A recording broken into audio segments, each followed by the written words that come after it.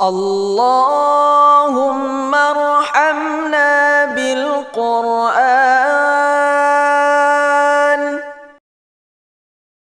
Jadi yang datang ke masjid bawa kartu masuk Islam, minta-minta identik dengan kotak amal, itu bukan mualaf, ibu bapak.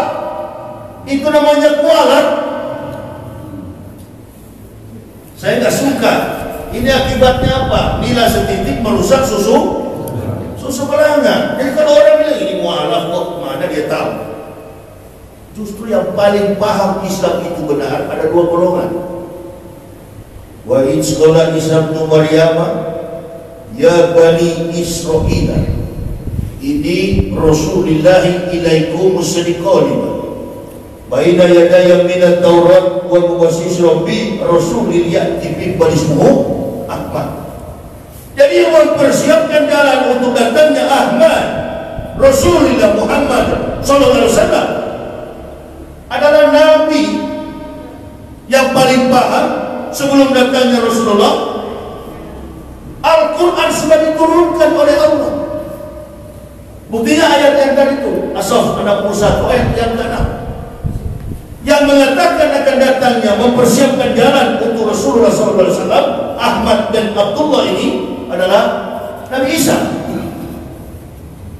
Lalu kenapa pemikiran teologi kita Isa selalu Kristen? Ini pembodohan jalan sesat yang diajarkan oleh orientalis barat. Bersatu dia dengan ulama-ulama yang bisa dibayar, yaitu golongan-golongan ulama'ul qafilun pakola Nabi SAW. Ulama-ulama yang lalai, yang menjual keilmuan keulamaannya untuk ukuran dunia yang sedikit ini. Innalillahi. Itu lebih bahaya dari kafir yang model begitu. Kalau kafir nggak bahaya bagi saya. Orang kafir itu nggak bahaya. Kafir perlu dituntun dan menuntunnya mudah. Tapi yang paling bahaya itu adalah orang yang sudah tahu kebenaran lalu pura-pura tidak. Ini gempa yang terjadi masyabah bi musibatin illa bi'idnillah. Ini semua bencana yang ada di dalam konteks pemerintahan rezim ini, Jokowi sekarang ini, kita mulai berpikir kok tak kunjung berhenti. Lombok dengan Bali itu jauh nggak? Lombok sama Bali jauh nggak? Itu cuma 2 jari ukuran jari malaikat. Ada 1 jengkal Lombok sama Bali itu. Tapi kenapa ketika Lombok dihujam dengan tsunami, Palu yang begitu jauh justru yang kena? Bali aman. Manado tempat kelahiran saya nggak pernah tuh tentang tsunami. Logika kita harusnya begini. Di Bali itulah yang sebenarnya dihujami dengan tsunami. Karena maksiat luar biasa di sana. Dari ujung ke ujung dunia turis datang, baik turis dalam maupun luar negeri, mancanegara, melakukan perbuatan-perbuatan maksiat di siang bolong. Nah, logika kita manusia sebenarnya siapa yang berbuat, dia yang tanggung. Nggak begitu oleh Allah. Nah, makanya jangan terlalu banyak fikir di kepala kita. Sekali-sekalilah kita menyeruak ke dalam, menembus lauhul mahfuz untuk belajar tentang ilmu tasawuf. Karena kalau fikih itu kan di atas langit ada langit. Orang tadi imam tadi kunut. Nah, kemarin saya imamnya nggak kunut. Allahumma dinna fiman hadait, amin. Wa afima fiman afait, amin. Wa tawallana fiman tawallait, amin. Wa barik lana fima a'tait, amin. Justru dalam keadaan situasi gempa begini paling bagus semua masjid membaca kunut. Saya aja dari kafir bisa kok. Kenapa ente dia nggak mau? Dan kalau masuk ke masjid orang tak baca kunut, sesuaikan saja. Kunut tidak kunut tetap sama. Yang penting bobot sholatnya dilaksanakan. Gitu. Lakukan saja, nggak usah jadi persoalan tuh. Karena itu juga yang mengundang bencana. Karena letaknya pecahnya ukhuwah Islamiyah, disinilah Allah mulai murka. Ditambah dengan omong kosong, terlalu banyak dusta, Islam diperalat. Padahal di dalam Al-Quran Islam jangan diperalat. Islam diapakan? Adakah dalam Al-Quran bilang begini?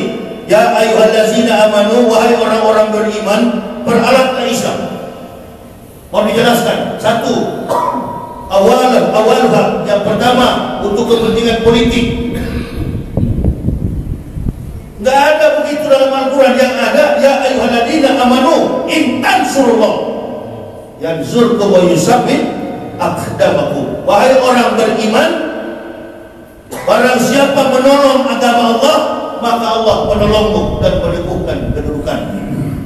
Kedudukan kita nggak diperkuat oleh Allah, tidak melemahkan, dia terancurkan kita sekarang ini.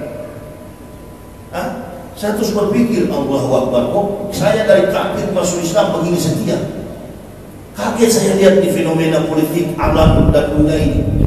Karena kalau Allah menghancurkan sesuatu, mudah bagi Allah. Dia rombak kita di kompleks ini karena pemalas sholat subuh. Bisa jadi, Pak. Bisa jadi.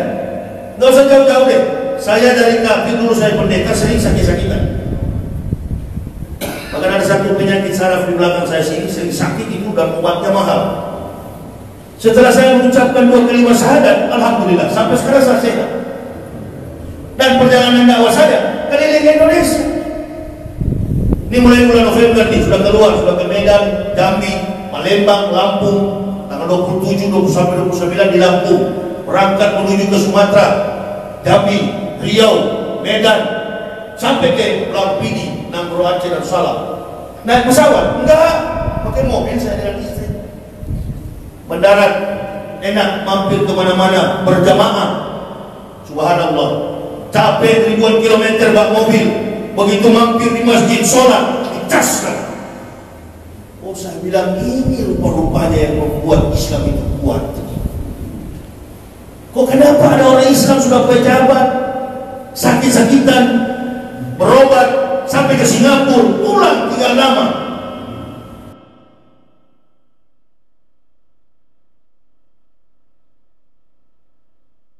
Merendahkan yang lain kemudian memuji diri. Enggak, ini kesaksian. Karena saya dari kafir wajib bersaksi. Kalau ibu bapak gak usah disaksikan, paling yang maksiat gak perlu kata Nabi, tutup rapat-rapat. Tapi kalau dari kafir masuk Islam, wajib untuk membanggakan hirok keislaman kita demi mengangkat kemuliaan, keagungan dan kebesaran dinul haq, dinul Islam.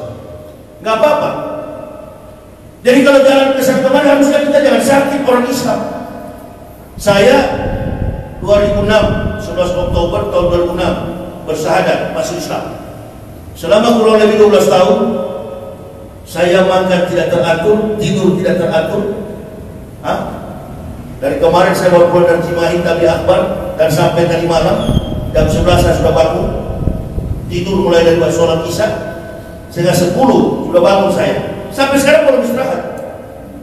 Nanti satu hari ini habis dari sini Masjid Tebet Ittihad, maghrib kemudian ikaf di DKI, malamnya aulan di pesantren Takjul Alawi, pesantrennya Ustaz Habib Bahar Smith. Jadi satu hari sampai 4 ronde. Keliling berdakwah, putar. Kemarin daerah Jawa Barat, Bandung, Cimahi dan lain sebagainya. Tidak ada rasa lelah, tidak ada rasa sakit. Kenapa? Begitu turun di masjid, sholat berjamaah, hidup jadi tenang. Oh, berarti saya bilang ini orang Islam yang sakit-sakit ini dan memang menderita sampai terhina di masyarakat. Ini mungkin karena lari dari panggilan ibadah.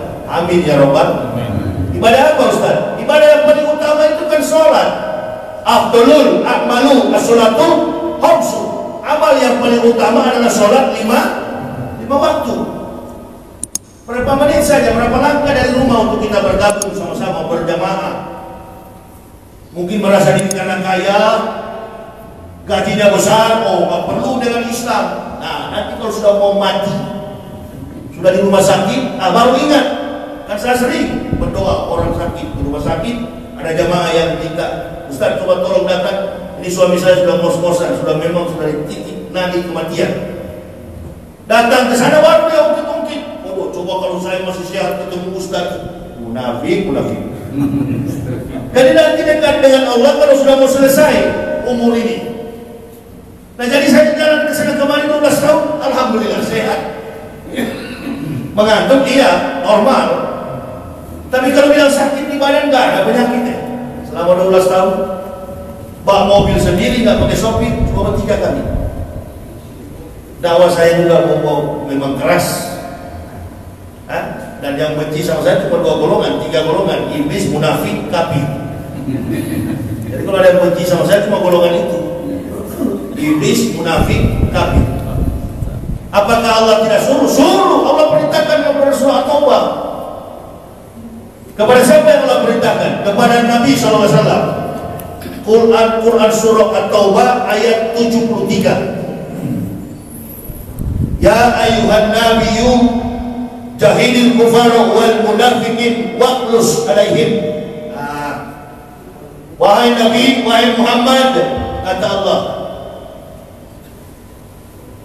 berperanglah melawan orang-orang kafir dan orang-orang munafik. Jahidil kufara wal munafiqin. Berarti kalau yang munafikin ini bukan kafir, karena ada kata dan. Perangilah, berjihadlah melawan orang-orang kafir, kufara wal munafikin. Orang kafir dan orang munafik. Waqlus alaihim, dan bersikap keraslah terhadap mereka. Baru-baru kan viral ceramah saya, ada yang protes mau lapor polisi, lapor sana. Anda bermain dengan pasal-pasal dalam fakta-fakta yuridis dengan alasan menebar kebencian. Bukan menebar kebencian. Saya sekarang dipanggil ustaz, penceramah, pendakwah. Ini ayat saya, ini pasal yang saya pakai. Anda silakan menggunakan pasal-pasal pikiran manusia, saya pakai pasal pikiran Allah. Mana yang Bapak Ibu takut? Allah. Masya Allah. Ini manusia sekarang ini, itulah saya bilang. Satu waktu saya pernah di Israel, karena memang saya mengambil program magister teologi di sana. Saya berot detik-detik kematian Ishak Rabin, Perdana Menteri Israel. Sudah mau mati dia, sudah mau dicekik dia oleh malaikat maut. Dia mengeluarkan statement, lebih baik saya berhadapan dengan 1000 pembunuh daripada berhadapan dengan satu manusia munafik. Karena kematian Ishak Rabin tewas di tangan pengawal pribadinya. Tuh, sebelum Ehud Olmert, sebelum Benjamin Netanyahu, ada Perdana Menteri Israel namanya Ishak Rabin. Dia tewas di tangan pengawal pribadinya, Josephus. Setelah dia tewas, dia keluarkan sebelum tewas, detik-detik kematiannya, dia mengungkapkan itu. Nah, jadi apa yang terjadi dalam kehidupan Islam saat ini, akui atau tidak akui, bahwa umat Islam saat ini sedang kehilangan figur pemimpin, bukan pemimpin negara. Pemimpin negara banyak yang lebih kaliber, yang lebih qualified untuk menggantikan Joko Widodo. Kita kehilangan figur seorang pemimpin agama. Ilal ulama warasatul. Nabi SAW, qiwamun dunya bi arba'ati asya'. Tertibnya, teraturnya dunia dengan 4 perkara. Yang pertama, bi'ilmi ulama, dengan ilmu para ulama. Baru saya kantor lagi dengan hadis Nabi SAW, ihzaru salasa asnafin minan nasi wahum. Kata Nabi SAW, waspadalah kalian dengan 3 golongan manusia yang diantara kamu. Yang pertama, al ulama'ul qafilun. Yang pertama, ulama yang lalai. Kalau tertibnya dunia ini karena ada ulama, saya kasih gambaran sebuah empiris yang kuat, sebuah pengalaman di mana dulu waktu Ibu Megawati jadi presiden, ada watim presnya namanya Kiai Haji Hasyim Musadi.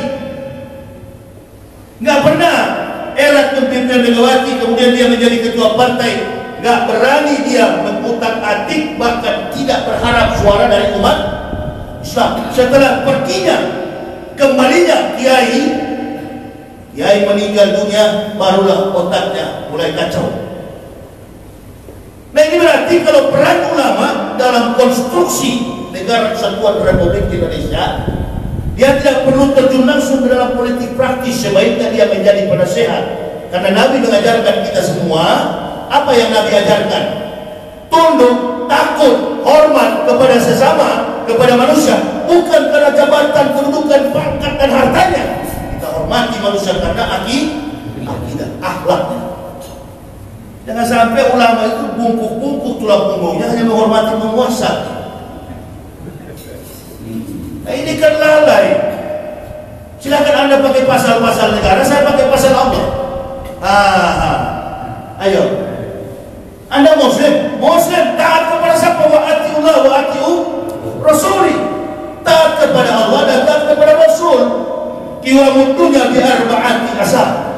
Tertibnya dunia, teraturnya dunia kan 4 perkara. Yang pertama bi ilmi ulama, yang kedua bi adlin umara, yang kedua adalah pemimpin negara yang jujur dan adil. Adil kepada siapa? Adil kepada semua masyarakat.